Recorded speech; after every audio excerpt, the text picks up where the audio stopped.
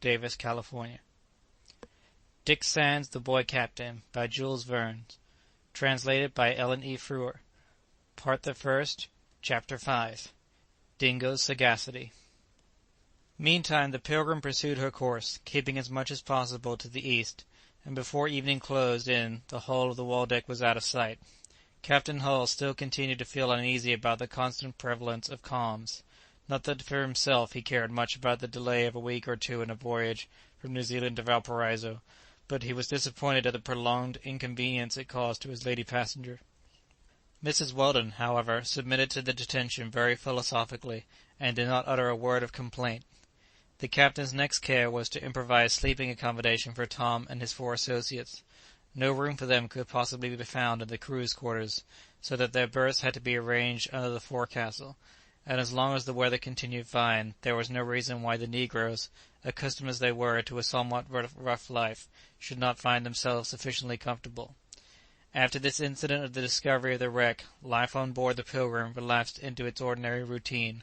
With the wind invariably in the same direction, the sails required very little shifting, but whenever it happened, as occasionally it would, that there was any tacking to be done, the good-natured negroes were ever ready to lend a helping hand, and the rigging would creak again under the weight of Hercules, a great strapping fellow, 6 feet high, who seemed almost to require ropes of extra strength made for his special use. Hercules became at once a great favourite with little Jack, and when the giant lifted him like a doll in his stalwart arms, the child fairly shrieked with delight. "Higher, higher, very high," Jack would say sometimes. "There you are, then, Master Jack," Hercules would reply as he raised him aloft. "Am I heavy?" asked the child. "As heavy as a feather." "Then lift me higher still," cried Jack, "as high as ever you can reach." And Hercules, with the child's 2 feet supported on his huge palm, would walk above the deck with him like an acrobat, Jack all the time endeavouring, with vain efforts, to make him feel his weight. Besides Dick Sands and Hercules, Jack admitted a 3rd friend to his companionship. This was Dingo. The dog, unsociable as he had been on board the Waldeck, seemed to have found society more congenial to his tastes, and being one of those animals that are fond of children, he allowed Jack to do with him almost anything he pleased. The child, however, never thought of hurting the dog in any way, and it was doubtful which of the 2 had the greater enjoyment of their mutual sport. Jack found a live dog infinitely more entertaining than his old toy upon its 4 wheels, and his great delight was to mount upon Dingo's back when the animal would gallop off with him like a race-horse with its jockey. It must be owned that one result of this intimacy was a serious diminution of the supply of sugar in the store-room. Dingo was the delight of all the crew excepting Negoro, who cautiously avoided coming in contact with an animal who showed such unmistakable symptoms of hostility. The new companions that Jack had thus found did not in the least make him forget his old friend Dick Sands, who devoted all his leisure time to him as assiduously as ever. Mrs. Weldon regarded the intimacy with the greatest satisfaction, and one day made a remark to that effect in the presence of Captain Hull. "You are right, madam," said the captain cordially. "Dick is a capital fellow, and will be sure to be a first-rate sailor. He has an instinct which is little short of a genius. It supplies all deficiencies of theory. Considering how short an experience and how little instruction he has had, it is quite wonderful how much he knows about a ship." "Certainly for his age," assented Mrs. Weldon. "He is singularly advanced. I can safely say that I have never had a fault to find with him. I believe that it is my husband's intention, after this voyage, to let him have systematic training in navigation, so that he may be able ultimately to become a captain." "I have no misgivings, madam," replied the captain. "There is every reason to expect that he will be an honour to the service." "Poor orphan," said the lady. "He has been trained in a hard school." "Its lessons have not been lost upon him," rejoined Captain Hull. "They have taught him the prime lesson that he has his own way to make in the world." The eyes of the 2 speakers turned, as it were, unwittingly, in the direction where Dick Sands happened to be standing. He was at the helm. "Look at him now," said the captain. "See how steadily he keeps his eye upon the fore. Nothing distracts him from his duty.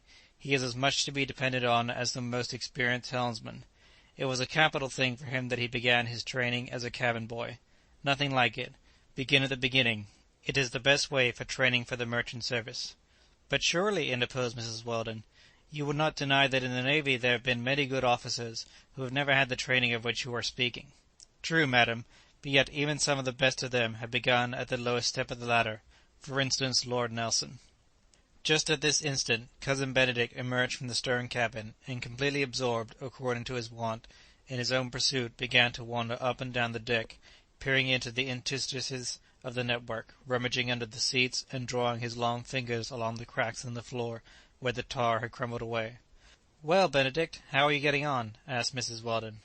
"Oh, well enough, thank you," he replied dreamily, "but I wish we were on shore." "What were you looking for under that bench?" said Captain Hull. "Insects, of course," answered Benedict. "I am always looking for insects." "But don't you know, Benedict," said Mrs. Weldon, "that Captain Hull is far too particular to allow any vermin on the deck of his vessel?" Captain Hull smiled and said, "Mrs. Weldon is very complimentary, but I am really inclined to hope that your investigations in the cabins of the Pilgrim will not be attended with much success." Cousin Benedict shrugged his shoulders in a manner that indicated that he was aware that the cabins could furnish nothing attractive in the ways of insects. "However," continued the captain, "I dare say down in the hold you could find some cockroaches, but cockroaches, I presume, would be of little or no interest to you." "No interest!" cried Benedict, at once warmed into enthusiasm. "Why, are they not the very orthoptera that roused the imprecations of Virgil and Horace? Are they not closely allied to the Periplaneta orientalis and the American cacarlac, which inhabit—" "I should rather say infest," interrupted the captain. "Easy enough to see, sir," replied Benedict, stopping short with amazement, "that you are not an entomologist." "I fear I must plead guilty to your accusation," said the captain, good-humouredly. "You must not expect every one to be such an enthusiast in your favourite study as yourself," Mrs. Weldon interposed. "But are you not satisfied with the result of your explorations in New Zealand?" "Yes, yes," answered Benedict, with a sort of hesitating reluctance. "I must not say I was dissatisfied. I was really very delighted to secure that new staphylin, which hitherto had never been seen elsewhere than in New California. But still, you know, an entomologist is always craving for fresh additions to his collection."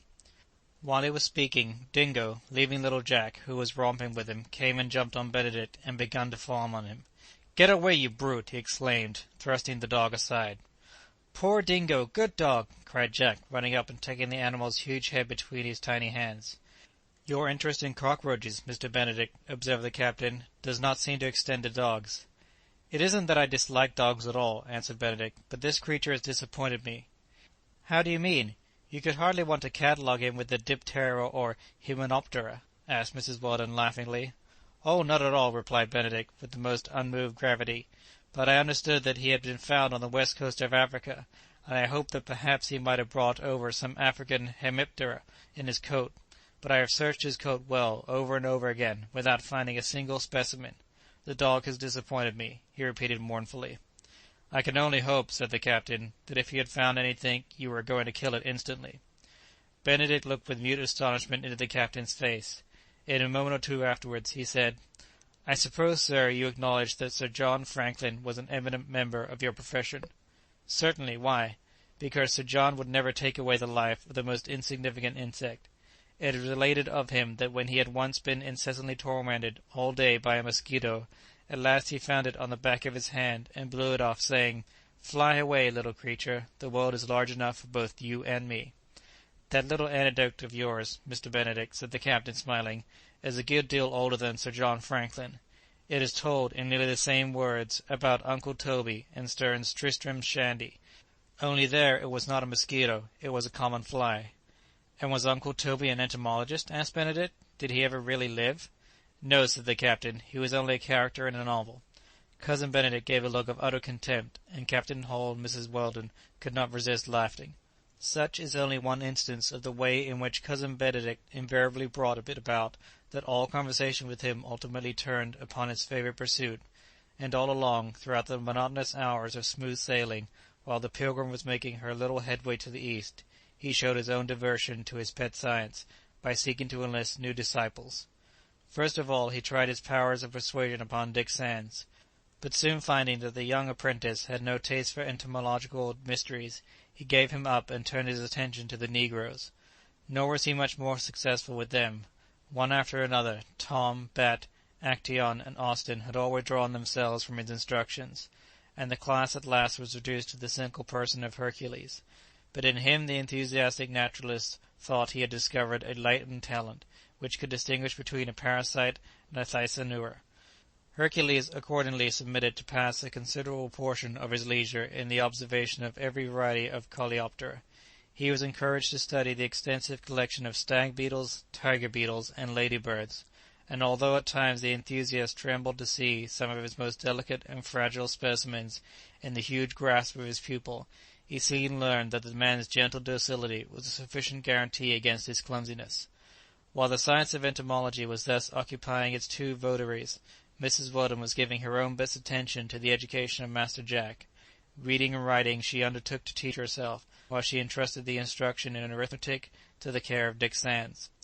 Under the conviction that a child of 5 years will make a much more rapid progress if something like amusement be combined with his lessons, Mrs. Weldon would not teach her boy to spell by the use of an ordinary school primer, but used a set of cubes, on the sides of which the various letters were painted in red.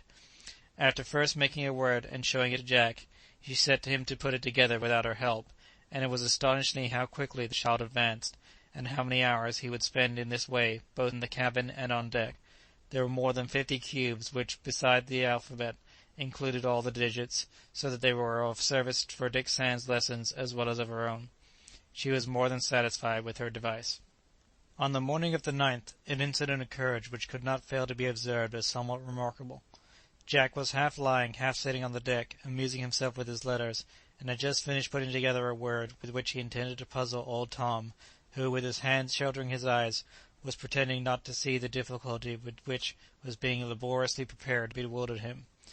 All at once Dingo, who had been gambolling around the child, made a sudden pause, lifted his right paw, and wagged his tail convulsively. Then, darting down upon a capital S, he seized it in his mouth, and carried it some paces away. "Oh, Dingo, Dingo, you mustn't eat my letters!" shouted the child. But the dog had already dropped the block of wood, and coming back again, picked up another, which he laid quietly by the side of the first. This time it was a capital V. Jack uttered an exclamation of astonishment, which brought to his side not only his mother, but the captain and Dick, who were both on deck.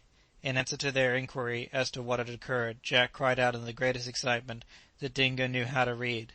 At any rate, he was sure that he knew his letters. Dick Sands smiled and stooped to take back the letters. Dingo snarled and showed his teeth, but the apprentice was not frightened. He carried his point, and replaced the 2 blocks among the rest. Dingo in an instant pounced upon them again, and having drawn them to his side, laid a paw upon each of them, as if to signify his intention of retaining them in his possession. Of the other letters of the alphabet he took no notice at all. "It is very strange," said Mrs. Weldon. "He has picked out S.V. again." "S.V.!" repeated the captain thoughtfully. "Are not those the letters that form the initials of his collar?" And turning to the old negro, he continued, "Tom, didn't you say that this dog did not always belong to the captain of the Waldeck?" "To the best of my belief," replied Tom. "The captain had only had him about 2 years. I often heard him tell how he had found him at the mouth of the Congo." "Do you suppose that he never knew where the animal came from, or to whom he had previously belonged?" asked Captain Hall. "Never," answered Tom, shaking his head. "A lost dog is worse to identify than a lost child. You see, he can't make himself understood any way." The captain made no answer, but stood musing. Mrs. Weldon interrupted him. "These letters, captain, seem to be recalling something to your recollection?" "I can hardly go so far as to say that, Mrs. Weldon," he replied, "but I cannot help associating them with the fate of a brave explorer." "Whom do you mean?" said the lady.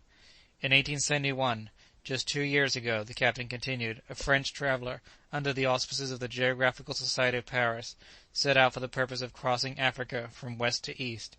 His starting point was the mouth of the Congo, and his exit was designed to be as near as possible to Cape Delgado, at the mouth of the river Rovuma, of which he was to ascertain the true course. The name of this man was Samuel Vernon, and I confess it strikes me as somewhat a strange coincidence that the letters engraved on Dingo's collar should be Vernon's initials." "Is nothing known about this traveller?" asked Mrs. Weldon. "Nothing was ever heard of him after his first departure. It appears quite certain that he failed to reach the east coast, and it can only be conjectured either that he died upon his way, or that he was made prisoner by the natives. And if so, and this dog ever belonged to him, the animal might have made his way back to the sea coast, where, just about the time that would be likely, the captain of the Waldeck picked him up." "But you have no reason to suppose, Captain Hall, that Vernon ever owned a dog of this description." "I own I never heard of it," said the captain, "but still the impression fixes itself on my mind that the dog must have been his. How he came to know one letter from another, it is not for me to pretend to say. Look at him now, madam. He seems not only to be reading the letters for himself, but to be inviting us to come and read them with him." Whilst Mrs. Weldon was watching the dog with such amusement, Dick Sands, who had listened to the previous conversation, took the opportunity of asking the captain whether the traveller Vernon had started on his expedition quite alone. "That is really more than I can tell you, my boy," answered Captain Hull, "but I should almost take it for granted that he would have a considerable retinue of natives." The captain spoke without being aware that Negoro had meanwhile quietly stolen on deck. At first his presence was quite unnoticed, and no one observed the peculiar glance with which he looked at the 2 letters over which Dingo still persisted in keeping guard. The dog, however, no sooner caught sight of the cook than he began to bristle with rage, whereupon Negoro, with a threatening gesture which seemed half involuntary, withdrew immediately to his accustomed quarters. The incident did not escape the captain's observation. "No doubt," he said, "there is some mystery here," and he was pondering the matter over in his mind when Dick Sands spoke. "Don't you think it very singular, sir, that this dog should have such a knowledge of the alphabet?" Jack here put in his word. "My mamma has told me about a dog whose name was Munito, who could read as well as a schoolmaster, and could play dominoes." Mrs. Weldon smiled. "I am afraid, my child, that that dog was not quite so learned as you imagine. I don't suppose he knew one letter from another, but his master, who was a clever American, had found out that the animal had a very keen sense of hearing, taught him some curious tricks." "What sort of tricks?" asked Dick, who was almost as much interested as little Jack.